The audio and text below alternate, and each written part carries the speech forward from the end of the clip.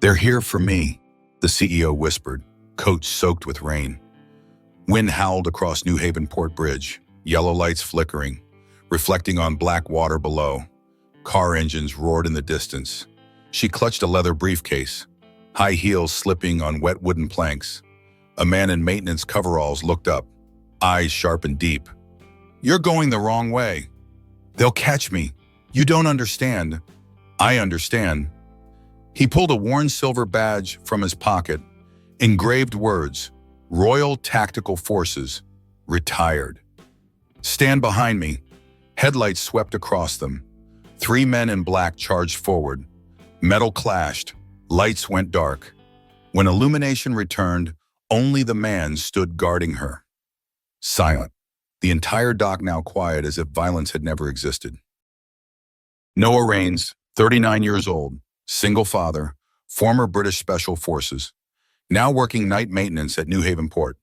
Ellie, 8 years old, his daughter, loved folding paper airplanes. Every night left one on the table, so Dad can bring home new dreams. Noah left the military after an explosion killed his team. Chose anonymous living so his daughter could have a peaceful childhood. Clara Voss, 34 years old, CEO of VossGen Technologies, major biotech corporation, just inherited after her father's sudden death. The night before, Clara discovered secret financial data, evidence that her father's partner corporation was laundering money through the Helix Code project. She downloaded the data onto a hard drive, was immediately pursued. Her car was blocked, forced to run toward the port bridge in pouring rain. Noah was on night shift, heard vehicles, heard desperate running footsteps.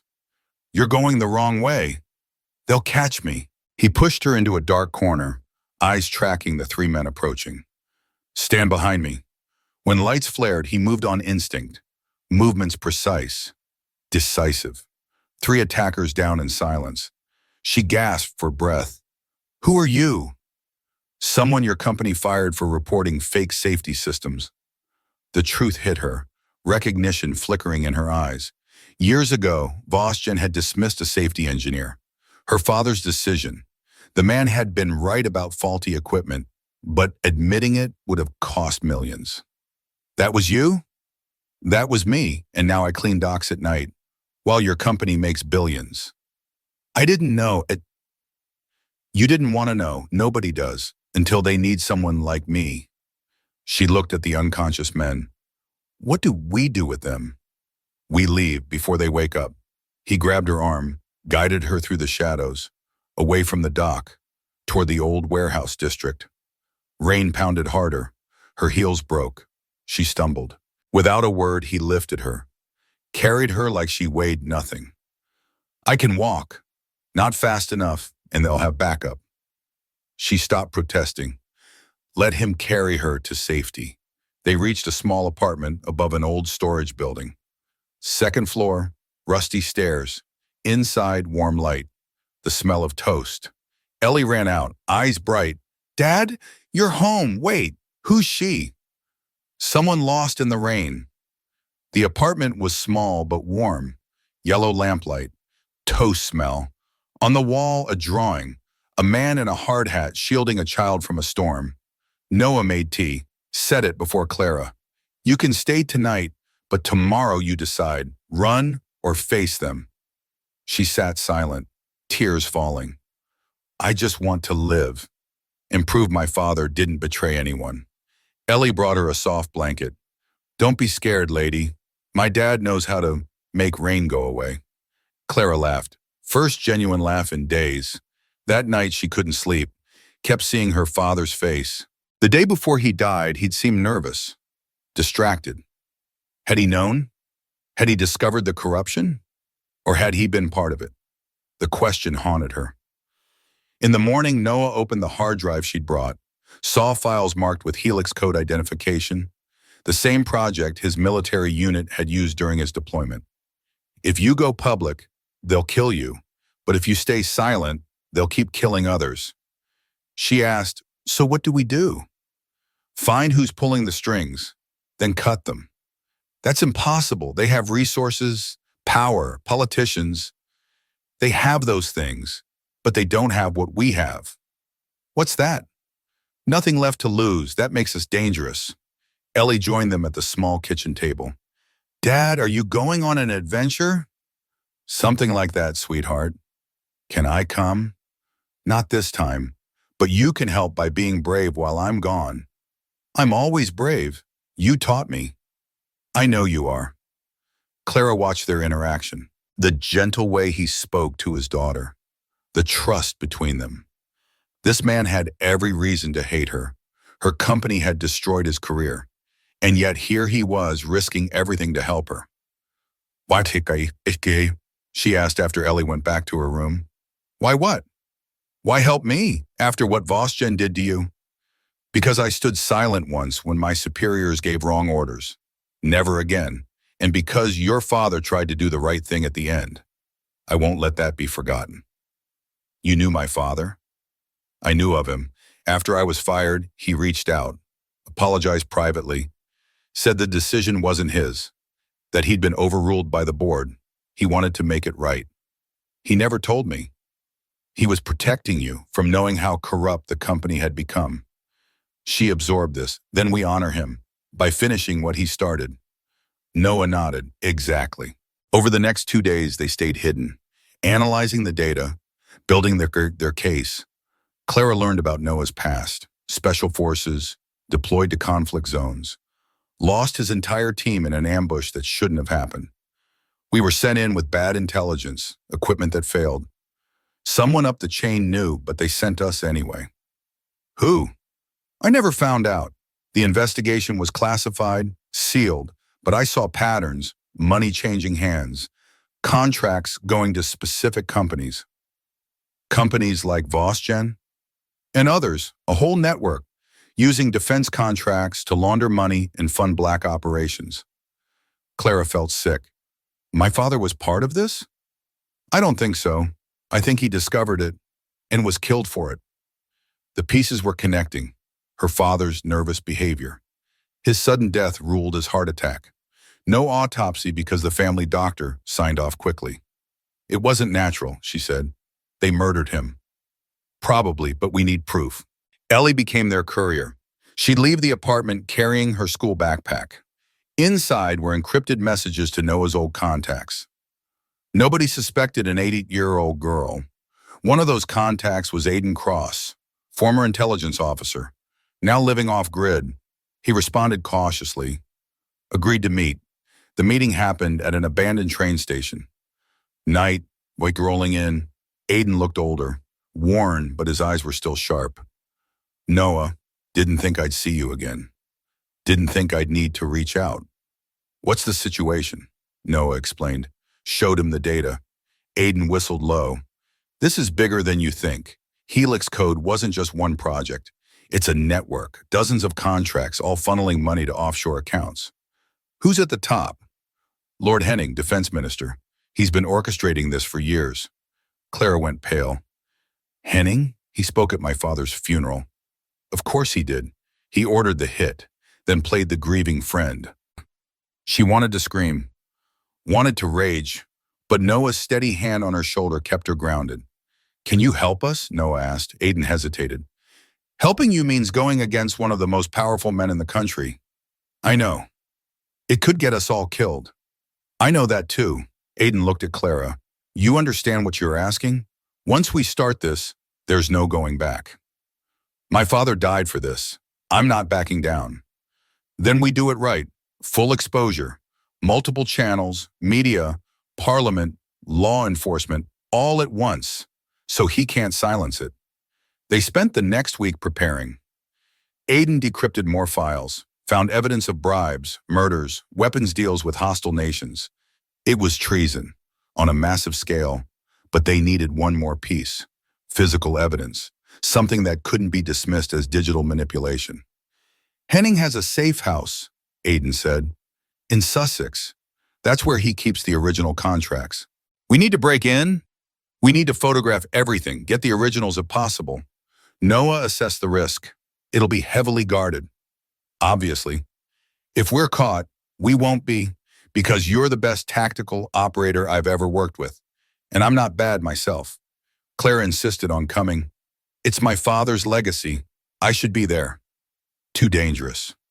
I don't care. I'm going. They argued, but she wouldn't budge. Finally, Noah relented. Fine, but you follow my lead. Exactly. No hesitation. Agreed. They left Ellie with Noah's mother, a kind woman who asked no questions. Be safe, Dad. Always am, sweetheart. Bring Miss Clara back too. I like her. Noah smiled. I'll do my best. The drive to Sussex was tense. They went over the plan repeatedly. Aiden would create a distraction. Security would respond. Noah and Clara would enter from the rear. Photograph everything. Exit before backup arrived. Simple plan. But simple didn't mean easy. They arrived at midnight. The estate was dark. Guards patrolling. Noah watched their patterns, timed the gaps. 30-second window, we go on my mark. Clara's heart pounded. This was insane. She was a CEO, not a spy. But her father deserved justice. Mark. They moved. Fast. Silent. Years of training evident in Noah's movements. Clara followed, trying to match his stealth. They reached the safe house. Noah picked the lock in seconds. Inside was a study, documents everywhere, wall safe behind a painting. Cliché, Noah muttered, but effective. He worked the combination. Aiden had provided the code from intercepted communications. The safe opened.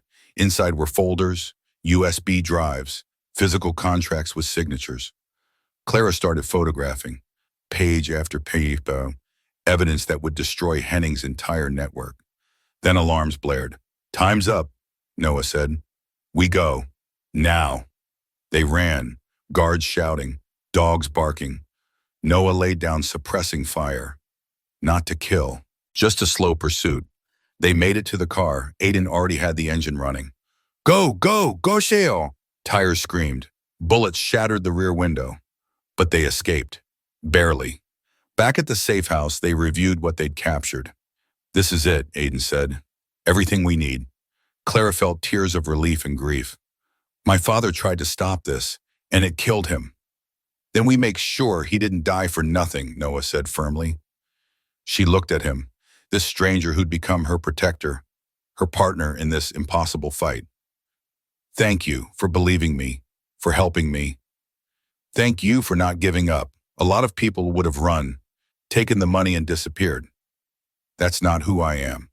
I know, that's why I'm here, but in that moment, something shifted between them. Not romance, but recognition.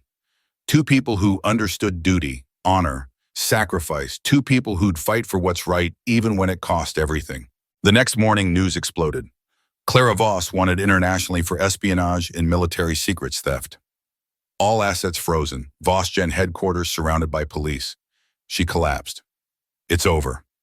Noah calmly put on his jacket, tucked his old sidearm into his belt. Not yet. We still have truth. They escaped through the old shipyard, pursued by agents, bullets flying, sparks from ricochets. He shielded her, took a metal fragment to the shoulder. Why are you saving me? She gasped. Because I stood silent once when superiors gave wrong orders. Never again. They made it to Aiden's location, an old church converted to tech hub. We're running out of time, Aiden said. Henning's moving fast. He's planning something big. What? A defense signing ceremony, tomorrow, with international partners. Once those contracts are signed, the money is legitimized. Untraceable. Then we stop it, Clara said. How? You're wanted. Noah's face is all over the news. I'm technically dead, according to official records. Then we go public. All of it. Live stream, before he can sign anything. That's suicide. Maybe, but it's also the only option. Noah looked at her. You sure about this? Completely. They spent the night preparing, organizing documents, creating bulletproof presentations, sending encrypted files to journalists worldwide. If they were taken down, the truth would still get out. Dawn came. The ceremony was at the Parliament Defense Hall, maximum security. We won't get inside, Aiden said. We don't need to get inside, Clara replied. We just need to get close enough. The plan was insane. They'd infiltrate as catering staff, get to the media room, hijack the broadcast. Simple. Impossible. their only shot.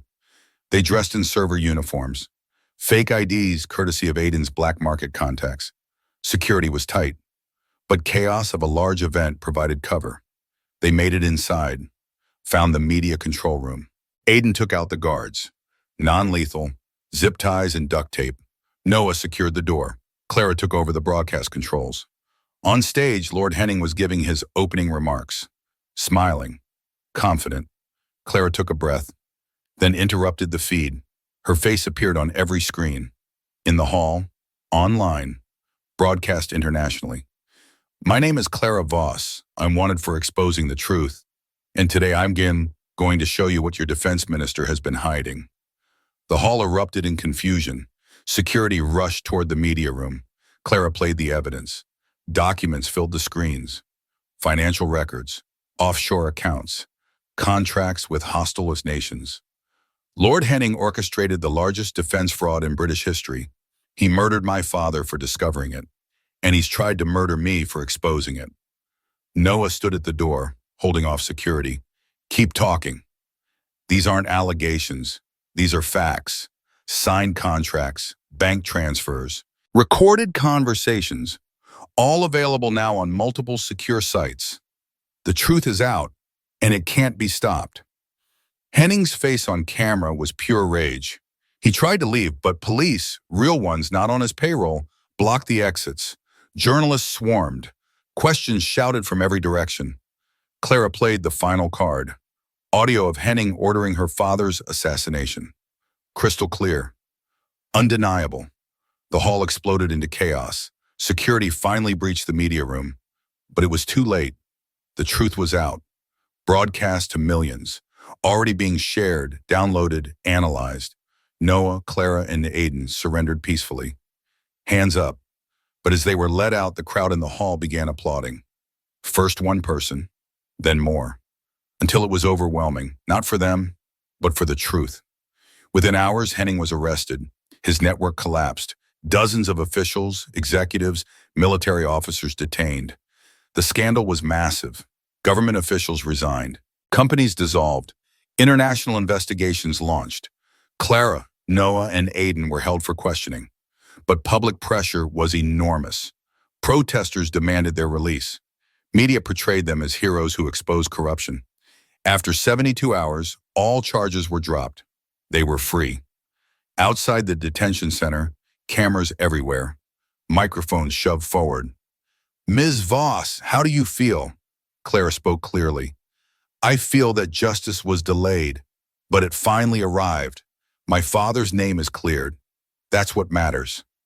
Mr. Rains, you risked your life, Wittia. Noah kept it simple. Because it was right. That's reason enough. They pushed through the crowd, found a quiet spot away from cameras. What now? Aiden asked. Now we rebuild, Clara said. Properly this time.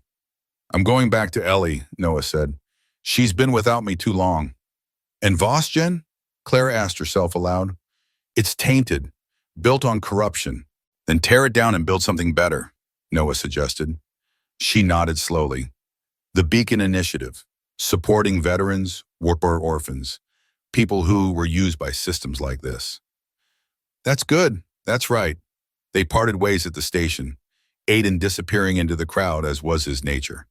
Noah and Clara shared one last look. Thank you, she said, for everything. Thank you for not giving up, for fighting back. Will I see you again? Probably. It's a small country. She smiled.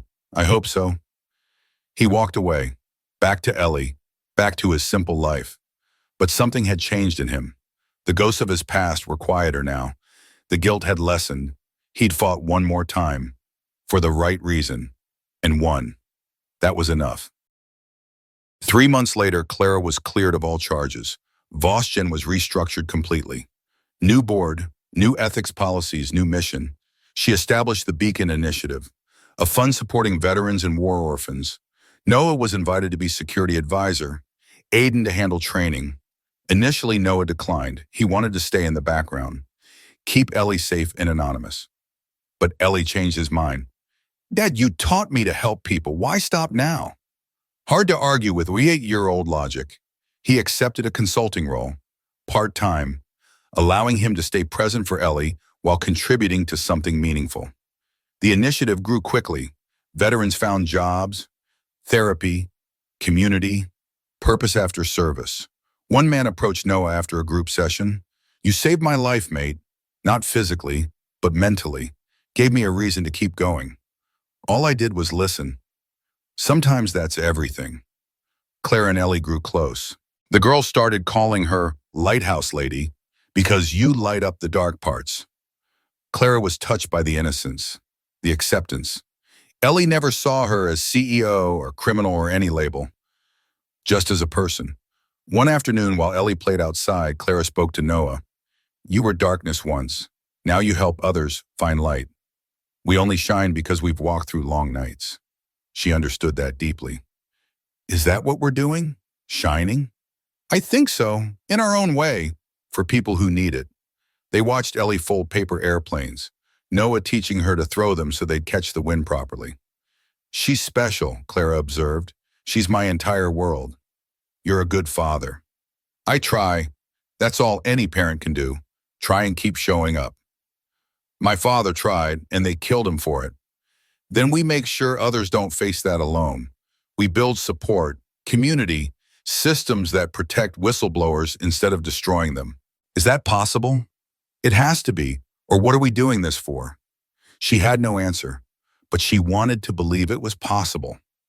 The initiative hosted its first annual memorial, honoring fallen soldiers, murdered whistleblowers, anyone who died fighting for truth.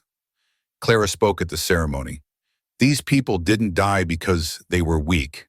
They died because they were strong enough to stand when others knelt. We honor them by continuing that stand. The crowd stood in silence, then applause, not celebratory but respectful, acknowledging sacrifice. After the ceremony, they released paper lanterns. Ellie had insisted. So their lights can reach heaven. Hundreds of lanterns floating upward, each carrying a name, a memory, a promise to keep fighting. Noah watched them rise, thought of his fallen team, his lost brothers. "I hope you can see this," he whispered. "I hope you know I didn't forget." Clara heard him, took his hand, said nothing, just stood with him in his grief. Sometimes presence is enough. That night, the three of them had dinner. Nothing fancy, just pasta and laughter. Ellie told stories about school. Clara shared plans for the initiative's next phase. Noah listened, content. "Dad?" Ellie asked. "Is Miss Clara family now?" Noah and Clara exchanged glances. "What do you think family means?" Noah asked. "People who stay, people who care, people who don't leave even when it's hard." "Then yes," Noah said. "I think she's family."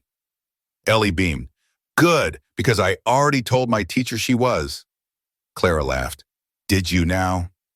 "Yep, and my teacher said families come in all shapes, so we're a shape now." The adults smiled at her reasoning, perfect in its simplicity. After Ellie went to bed, Noah and Clara sat on the small balcony, overlooking the port, where everything had started.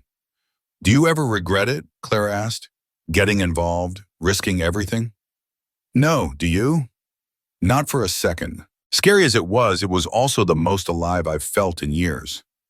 "That's because you were fighting for something real. Not quarterly reports or stock prices, but actual justice."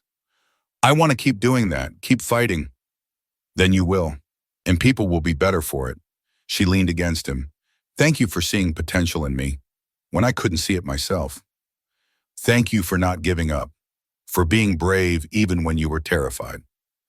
They sat in comfortable silence, two warriors resting between battles. The port lights flickered below, yellow and warm, reflecting on dark water. Somewhere in that darkness, Noah had made his stand, had chosen truth over safety, and everything had changed. 1 year later, the Beacon Initiative launched its homecoming program. For homeless veterans, Clara spoke at the opening ceremony.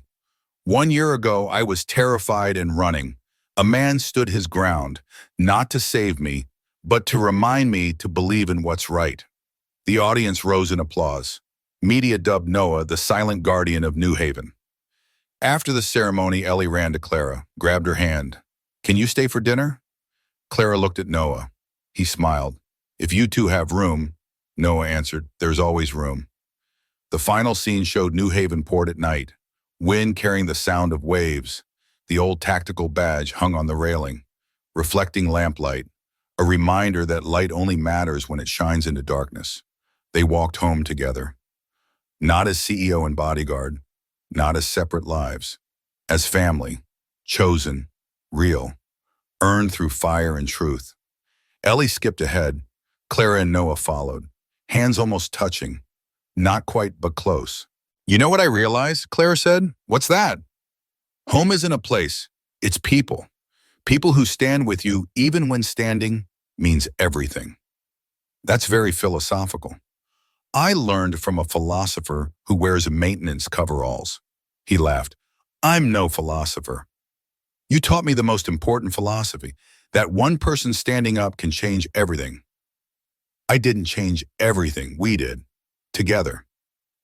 Then let's keep doing it, together. For how long? As long as we want to. And how long is that? She smiled. I don't know, let's find out. Ellie called back. Are you coming? I'm starving. They quickened their pace, caught up to her. Each took one of her hands. 3 people walking together. Through the night, toward home. In Clara's apartment, now their shared space, Ellie's drawings covered the walls. One showed a port at night, a man with a badge, a woman with a briefcase, a little girl with a paper airplane.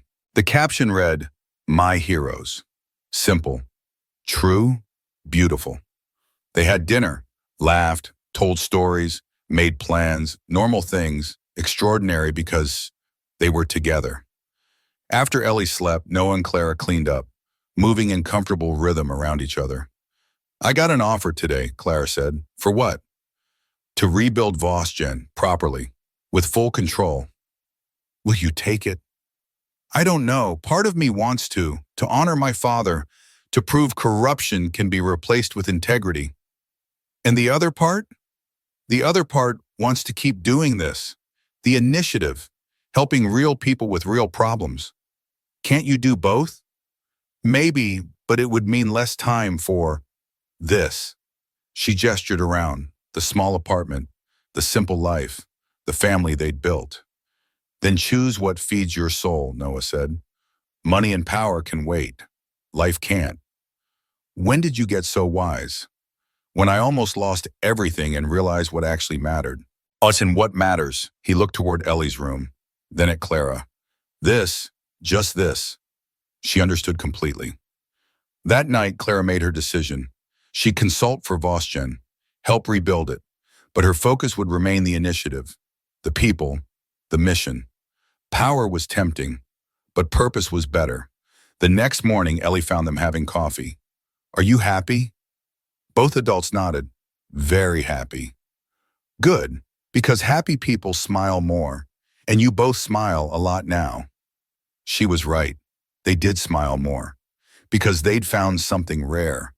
Purpose, community, family. Not by accident, but by choice, by standing up when it mattered.